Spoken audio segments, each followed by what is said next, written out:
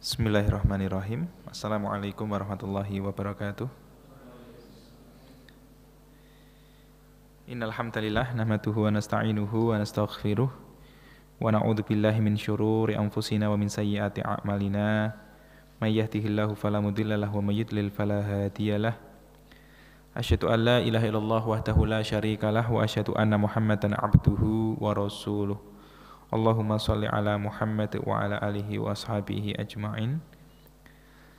Amma ba'du fa ya ibadallah usikum wa nafsi bitaqwallahi faqad fazal muttaqun.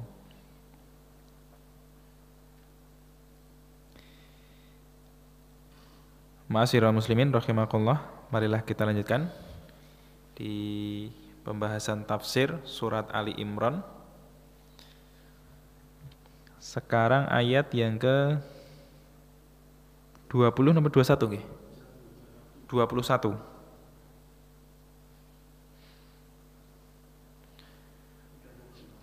Terjemahannya sudah, Mas? Oh, berarti tinggal keterangan nggih. Nanti saya terangkan dulu.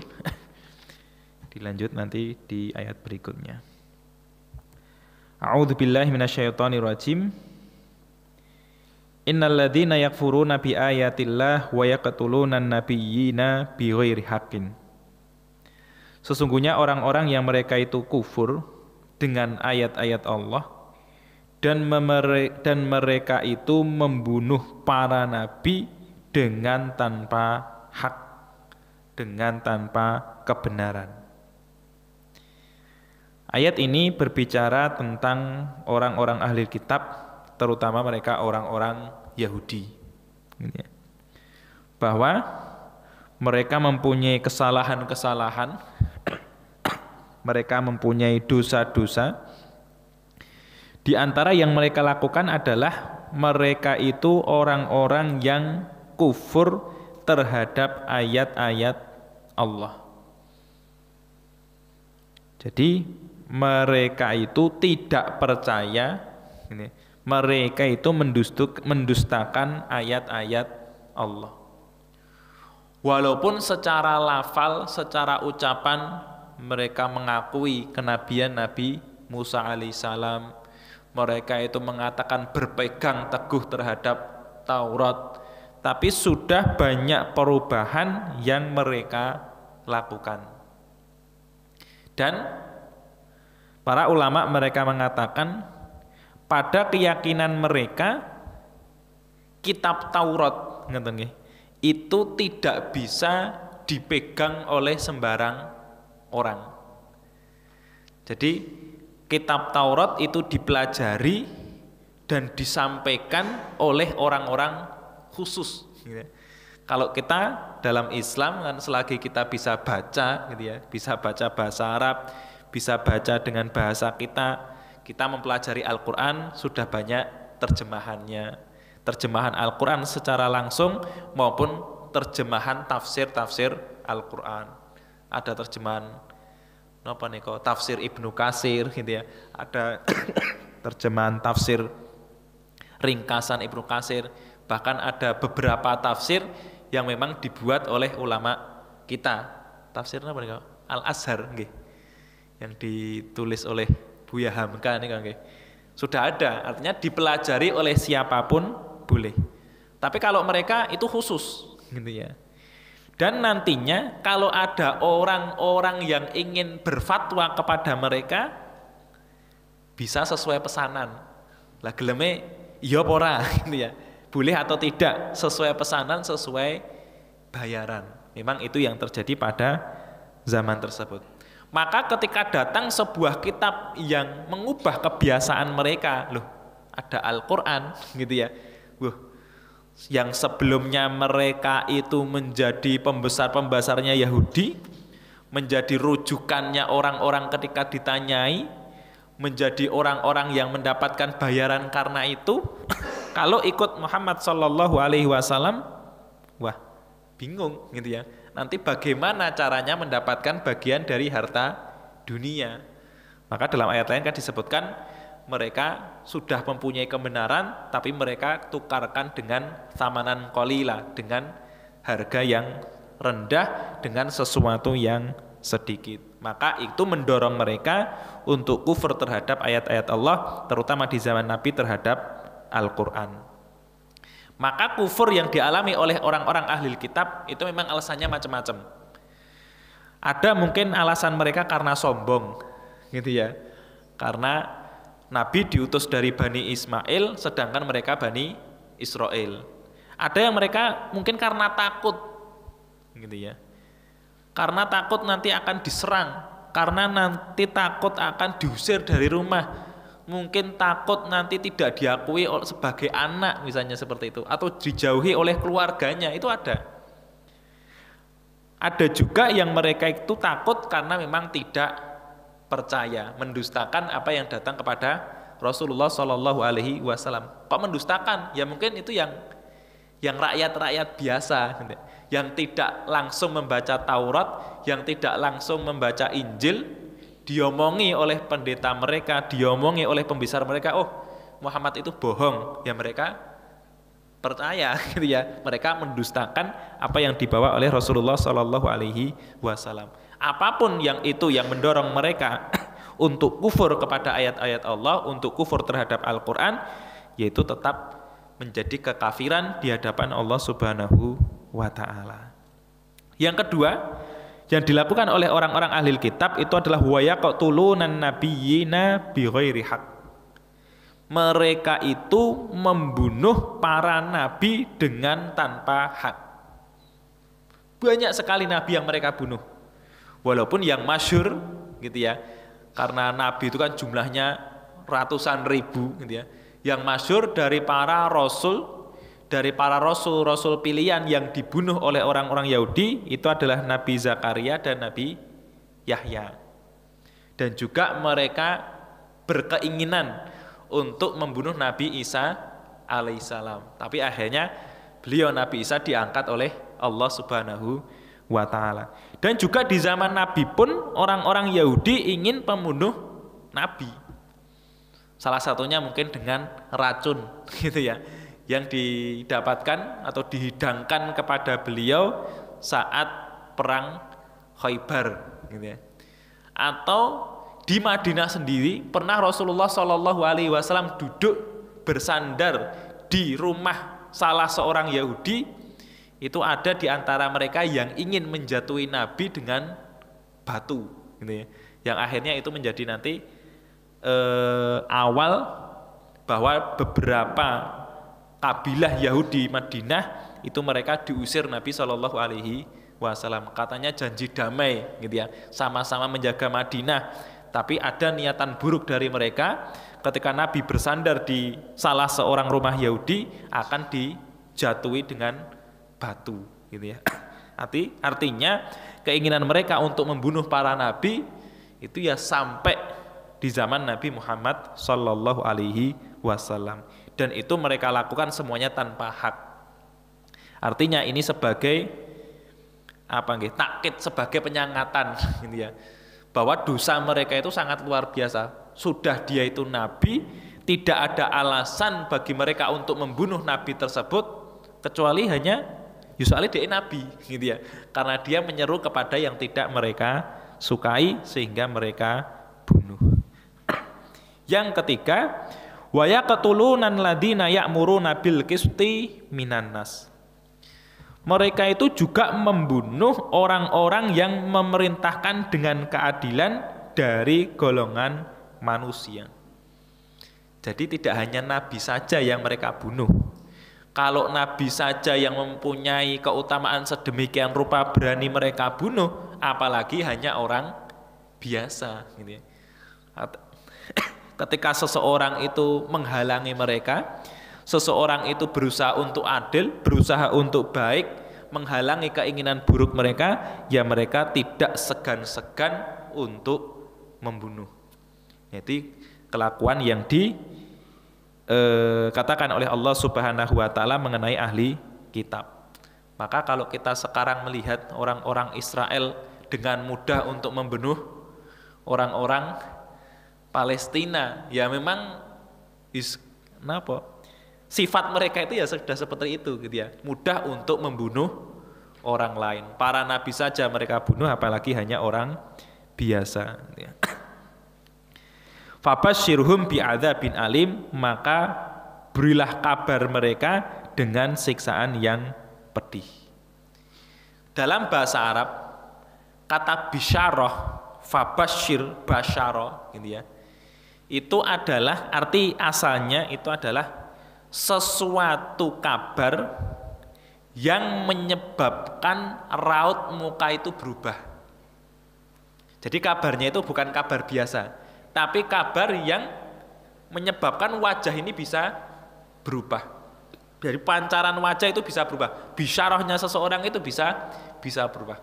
Entah itu karena kesenangan, jadi saking senengnya jadi sumringah gitu ya, atau karena kesedihan. Jadi saking takutnya, saking sedihnya itu jadi berubah wajahnya. Walaupun secara umum fabasyirhum itu digunakan untuk hal-hal yang menyenangkan, hal-hal yang baik. Maka misalnya kalau itu digunakan fabasyirhum kan biasanya digunakan untuk yang baik. Tapi kok di ayat ini fabasyirhum bi'adzabin alim, kok dikabari gembira dengan siksaan yang menyakitkan, dengan siksaan yang pedih. Karena dasar dari kata fabasyirhum itu adalah sebuah kabar yang mengubah raut wajah, yang mengubah warna wajah. Sehingga itu baik, buruk itu bisa menggunakan kata fabasyirhum. Ulaikal ladzina habitat a'maluhum fid dunya. Mereka itulah orang-orang yang hancur, hilang, musnah gitu ya.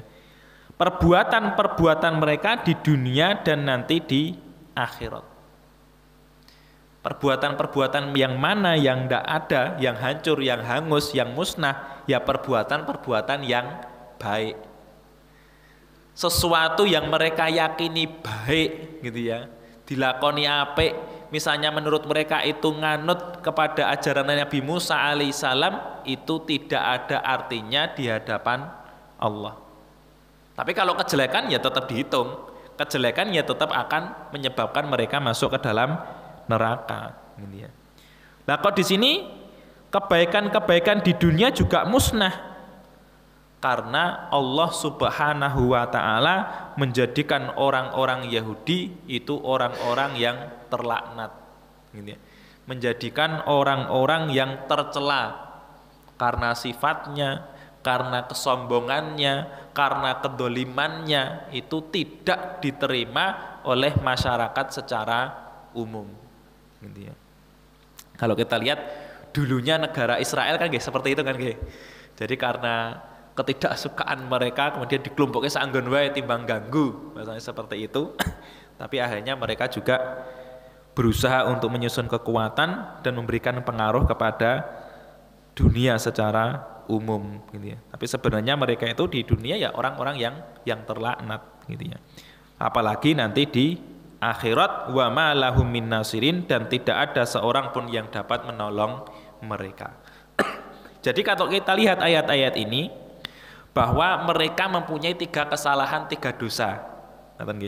Pertama kufur, kedua membunuh para nabi, ketiga mereka membunuh orang yang berbuat adil atau yang menyuruh kepada keadilan. Akibat yang mereka terima itu juga 3. Mereka mendapatkan siksaan yang menyakitkan, siksaan yang pedih. Mereka mendapat hangus, hancur amalan-amalan mereka di dunia dan akhirat, dan tidak ada seorang pun yang dapat menolong mereka. 3 kesalahan dibalas oleh Allah dengan 3 siksaan atau 3 akibat. Itu yang dilakukan oleh orang-orang Yahudi secara umum. Kemudian ayat yang ke-23 masih berkaitan dengan mereka, saya terjemahkan dulu ya. Alam taro, apakah engkau belum melihat, ilal ladina, kepada orang-orang yang utu nasiban, mereka diberi bagian, minal kitabi, dari al-kitab, Yud'auna, mereka diseru, ila kitabillahi, kepada kitab Allah, liyahkuma bainahum, supaya menghukumi di antara mereka. Tsumma, kemudian yatawalla, berpaling, fariqum minhum, sebagian dari mereka, wahum mu'ridun, dan mereka itu orang-orang yang berpaling. Dzalika, hal itu, pemalingan mereka, ketidakmauan mereka, bi annahum, karena bahwasannya mereka, qalu, mereka mengatakan, lan tamassanan nar, tidaklah menyentuh kami api neraka, illa, kecuali, ayyamam ma'dudat, hari-hari yang terhitung. Artinya tidak selamanya, cuman sebentar gitu ya. Wa gharrahum, dan memperdayai mereka, menipu mereka, fi dinihim, dalam din mereka, makanu, apa-apa yang adalah mereka, yaftaruna, mereka buat-buat. Fa kaifa, maka bagaimana, idza jama'nahum, apabila kami mengumpulkan mereka, kami telah mengumpulkan mereka, liyaumin, pada satu hari, la raiba fih, tidak ada keraguan padanya, wa wufiyat, dan disempurnakan, kullu nafsin, setiap diri, maka sabat, apa yang dia usahakan, apa yang dia perbuat, wahum, dan mereka, la yudlamuna, tidak dizolimi. Dah, ini sampai ayat ke-25. Kembali ke ayat 23, masih berkaitan dengan ahli kitab dari golongan orang-orang Yahudi. Dalam sebagian tafsir disebutkan ayat ini mempunyai sababun nuzul, mempunyai sebab turunnya ayat. Pernah suatu saat, suatu hari, Rasulullah Shallallahu Alaihi Wasallam itu mendatangi sebuah tempat yang digunakan untuk belajarnya orang-orang Yahudi. Jadi mungkin kalau bahasa kita ya sekolahan gitu ya, atau majelis taklim gitu ya. Tetapi yang hadir, yang datang itu adalah orang-orang Yahudi. Maka Rasulullah Shallallahu Alaihi Wasallam menyeru orang-orang tadi, artinya orang-orang ini orang-orang pilihan, bukan rakyat biasa, tapi orang yang memang belajar Taurat. Itu diseru kepada Allah untuk beriman kepada Allah. Maka seseorang di antara mereka yang disebutkan dalam tafsir tersebut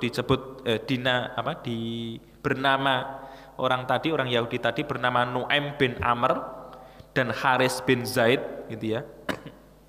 Bertanya kepada Rasulullah, ala ayyidinin anta ya Muhammad? Kamu itu agamanya apa wahai Muhammad? Dinmu itu apa wahai Muhammad?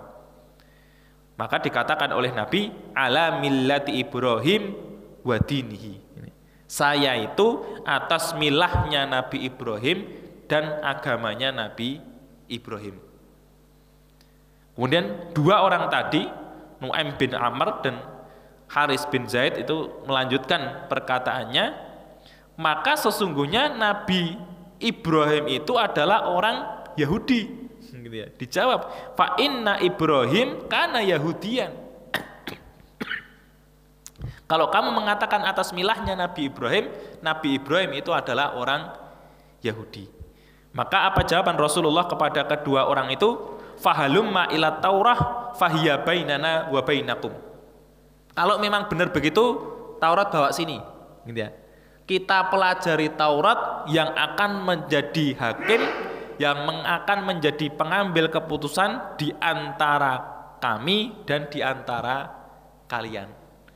Karena Rasulullah Shallallahu Alaihi Wasallam dengan wahyu Allah tahu, tidak mungkin ya. Di dalam Taurat ada yang mengatakan Nabi Ibrahim adalah seorang Yahudi. Ketika ditantang seperti itu, mereka berdua tidak mau. Tidak, gitu ya.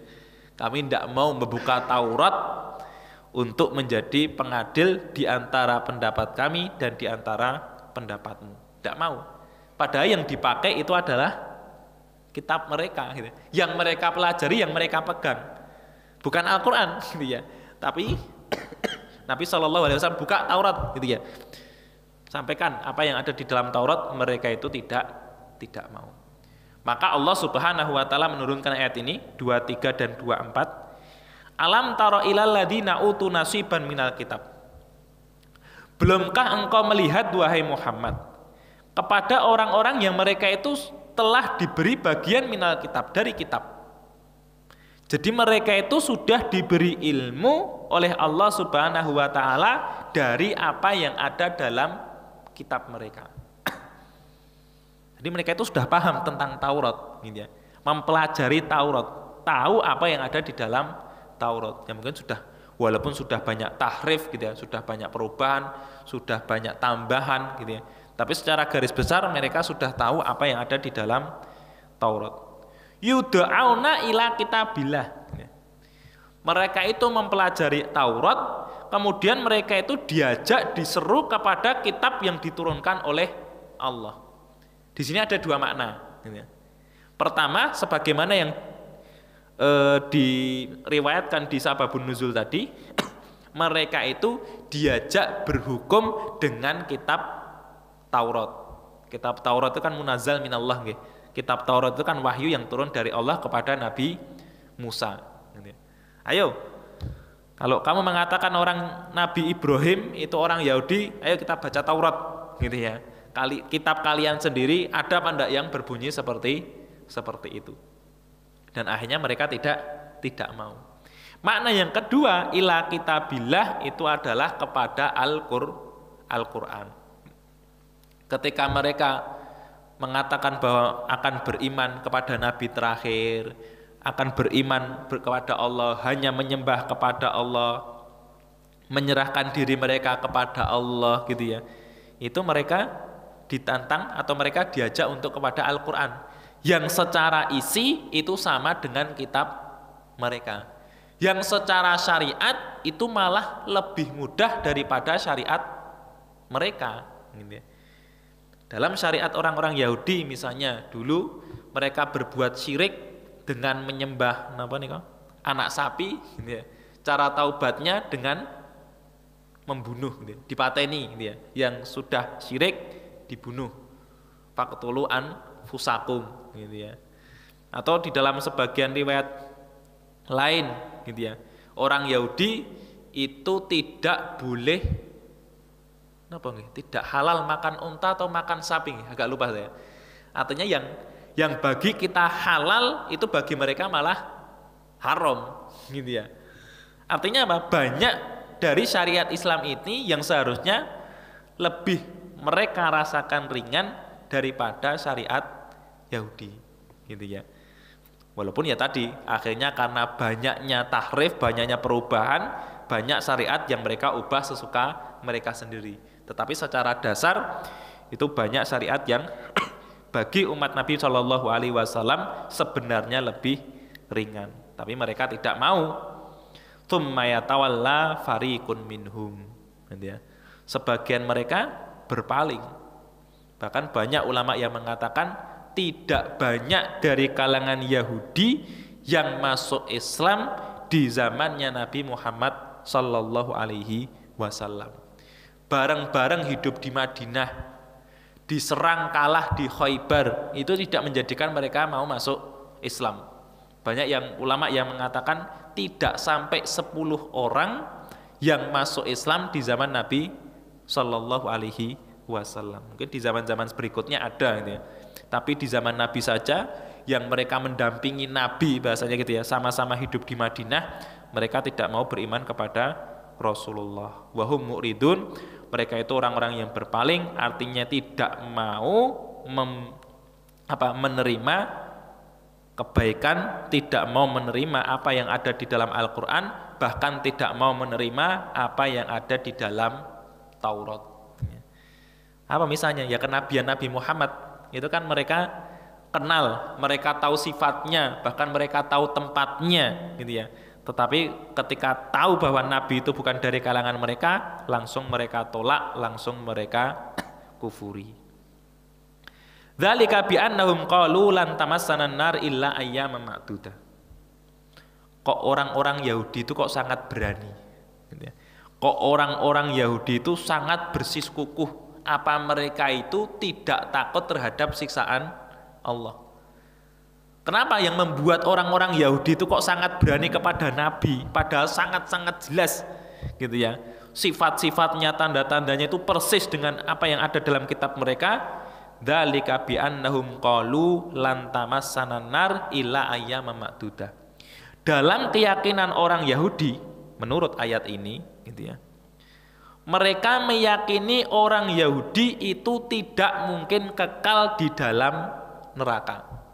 Mesti engkau mlebu surga, gitu ya. Walaupun mungkin mampir di dalam neraka, tapi mesti mlebu surga. Itu keyakinan mereka. Dan di dalam nerakanya itu tidak lama. Illa ayyaman ma'dudah. Lah ayyaman ma'dudah itu berapa? Gitu ya. Ada yang mengatakan selama masa orang-orang Yahudi ketika mereka menyembah anak sapi. Jadi ketika ditinggal Nabi Musa, kemudian ada fitnah dari As-Samiri itu nggih. Kemudian dibuatkan patung anak sapi, mereka menyembah beberapa waktu, dan selama itu orang-orang Yahudi akan masuk ke dalam neraka. Setelah itu bebas masuk ke dalam surga. Ada yang mengatakan ayyam ma'dudat itu arba'in ayyam, 40 hari. Ada yang mengatakan 70 hari. Ya, ada perbedaan mufassirin dalam menafsirkan ayyam ma'dudat. Tapi keyakinan seperti itu itu tertanam dalam diri orang-orang Yahudi. Akibatnya apa? Ya akibatnya mereka itu menghalalkan segala cara agar menang. Misalnya kok orang Yahudi itu tidak takut bunuh orang banyak, nek mlebu neraka ya gur sedili tok, gitu ya. Keyakinan mereka kan seperti itu. Kok berani mereka itu membunuh para nabi? Karena kalau mereka pun masuk ke dalam neraka, keyakinan mereka cuman sebentar. Kelak ya akhirnya mlebu surga. Jadi banyak berbuat maksiat di dunia itu mereka lakukan karena mereka itu meyakini kehidupan mereka di neraka cuman sebentar. Nah, apa yang mendorong mereka atas hal itu?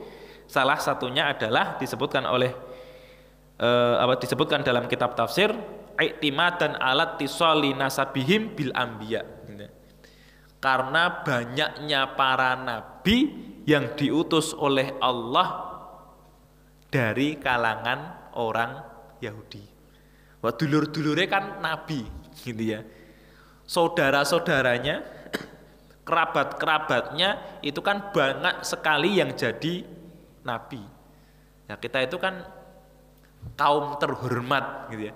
Kami ini kan kaum yang tinggi derajatnya. Buktinya para nabi banyak diutus dari kami. Ya tidak mungkin kami itu kekal hidup di dalam neraka. Paling cuman sebentar, nanti diambil, kemudian dimasukkan oleh Allah ke dalam jannah. Nah itu yang dia lakukan oleh orang-orang Yahudi. Nah kalau Yahudi sekarang nggih, wallahu a'lam gitu nggih. Tetapi nekatnya mereka zaman sekarang menghalalkannya segala cara mereka, gitu ya. Di zaman sekarang itu modelnya masih sama dengan zaman dahulu. Tapi keyakinan-keyakinan seperti itu masih ada atau tidak, wallahu a'lam. Wa gharrahum fi dinihim ma kanu yaftarun. Dan memperdayai mereka, menipu mereka dalam urusan agama apa yang mereka buat-buat sendiri. Artinya apa? Keyakinan mereka dalam beragama, keyakinan mereka bahwa mereka tidak masuk neraka kecuali cuman sebentar, itu yang membuat juga mereka sendiri. Mereka karang sendiri, mereka buat-buat sendiri, kemudian mereka percayai yang mendorong mereka untuk tidak mau menerima kebenaran. Nah, itu sesuatu hal yang sangat sangat kebangetan gitu ya. Artinya aturan dibuat sendiri, diyakini sendiri, kemudian dari aturan itu malah membuat mereka tidak mau beriman kepada Rasulullah Sallallahu Alaihi Wasallam. Maka Allah Subhanahu Wa Taala mengingatkan, faqaifa idza jama'nahum liyaumil la raiba fi. Maka bagaimana keadaan mereka apabila telah kami kumpulkan mereka itu di hari yang tidak ada keraguan padanya. Ketika nanti mereka itu dikumpulkan oleh Allah di hari kiamat. Apa mereka masih bisa sesombong ini? Apa mereka masih berkeyakinan bahwa mereka itu adalah golongan kelompok yang mulia? Apakah mereka itu nanti akan masih berkeyakinan bahwa mereka disiksa cuman sebentar?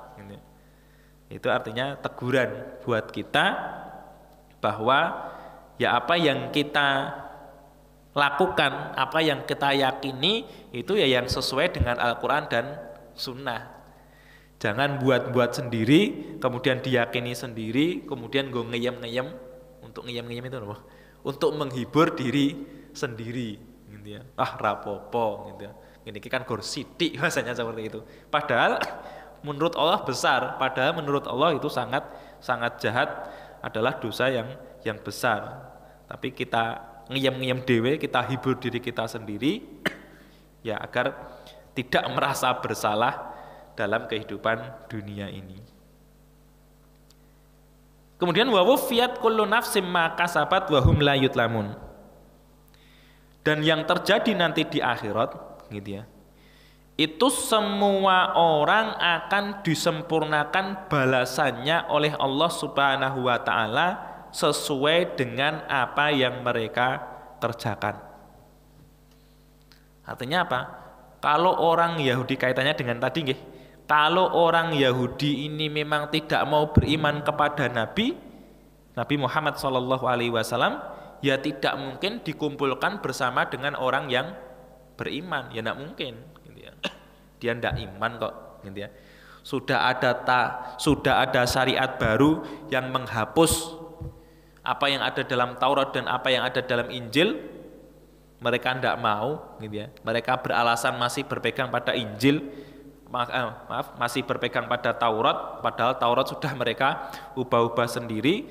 Ya tidak mungkin mereka itu disiksa hanya sebentar, karena ketiadaan iman yang ada di dalam hati mereka. Karena kan kita tahu nih, dalam keyakinan kita bahwa mengkufuri seorang nabi itu sama saja mengkufuri semua nabi. Kufur tidak percaya terhadap satu kitab itu sama dengan tidak percaya terhadap semua kitab. Bahkan misalnya kufur dengan satu ayat Al-Quran saja, itu sama dengan tidak percaya dengan semua ayat Al-Quran. Itu kan satu kesatuan yang sama-sama turun dari Allah Subhanahu wa Ta'ala kepada kita. Tidak boleh dipilih-pilih, tidak boleh dipisah-pisah. Kalau di dalam surat Al-Baqarah, la nufarriqu baina ahadin mir rusulih, lihat di akhir nggih. Kami tidak memisah-misah, tidak membeda-bedakan antara seorang pun dari utusan Allah. Ya semuanya dipercayai, semuanya diikuti. Kalau di zaman kita percaya dengan semua nabi, tapi yang diikuti di zaman kita ya hanya Nabi Muhammad Sallallahu Alaihi Wasallam. Karena sekarang kita hidup di zaman beliau, intinya sebagai umat beliau yang beliau itu diutus untuk seluruh umat manusia. Wahum la yutlamun, dan mereka itu tidak akan didolimi. Artinya kalau mereka itu memang baik, ya akan diberi kebaikan. Kalau akhirnya mereka mau bertaubat, berubah perilaku mereka, ya mereka akan diberi taubat. Tapi kalau tidak, ya akan diberi balasan secara sempurna dengan kejelekan mereka. Ya inilah ma'asyiral muslimin rahimakumullah. Bener gak ada suara adzan? Iya. 2 menit lagi. Sudah ada yang dahulu adzan. Ya, ini contoh bagi kita dari Allah Subhanahu wa taala, gambaran orang-orang yang mereka itu dilaknat, mereka itu dibenci oleh Allah, sehingga perilaku mereka itu jangan kita samai gitu ya. Jangan kita melakukan perilaku dengan apa yang mereka lakukan. Apa misalnya? Ya tidak suka kepada para nabi.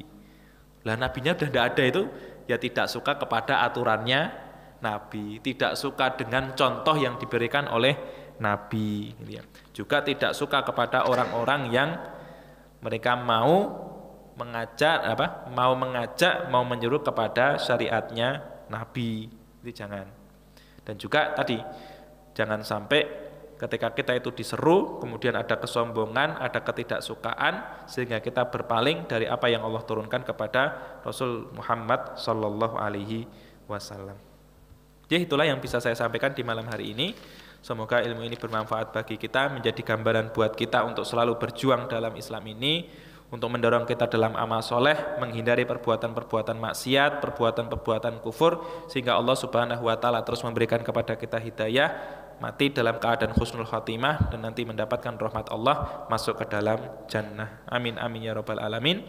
Subhanakallahumma wa bihamdika asyhadu an la ilaha illa anta astaghfiruka wa atubu ilaik. Walhamdulillahirabbil alamin.